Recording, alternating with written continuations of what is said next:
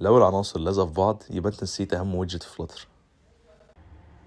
بص الشكل اللي عندنا، احنا بص في فرق هنا، في مسافات من فوق ومن الشمال، في نفس الكلام كلهم في فرق المسافات. فعايزين نعمل بقى المسافة دي، نعمل هنا من كولوم من بره، كولوم من هنا اهو، نطلع هنا عند الكولوم ونحط جوه ايه بادنج.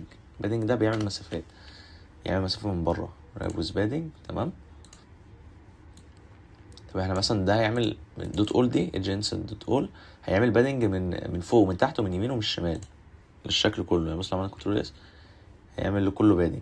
احنا مش عايزين بقى بالكله، احنا عايزين سيمتريك. سيمتريك دي يعني ايه؟ هيعمل بالعرض وبالطول، يعني من فوق وتحت ومن يمين والشمال يكونوا زي بعض. فاحنا عايزين نعمل بادنج من مثلا هوريزونتال يكون مثلا 16. تمام. بص دلوقتي هو مش عامل بادنج من فوق عشان احنا عملناش فيرتيكال، احنا عاملين هوريزونتال يعني من العرض. تعالى نعمل بقى فيرتيكال بالطول، نخليه كام؟ نخليه مثلا 12. لو عايز تشوف باقي الفيديو اللينك في الديسكريبشن.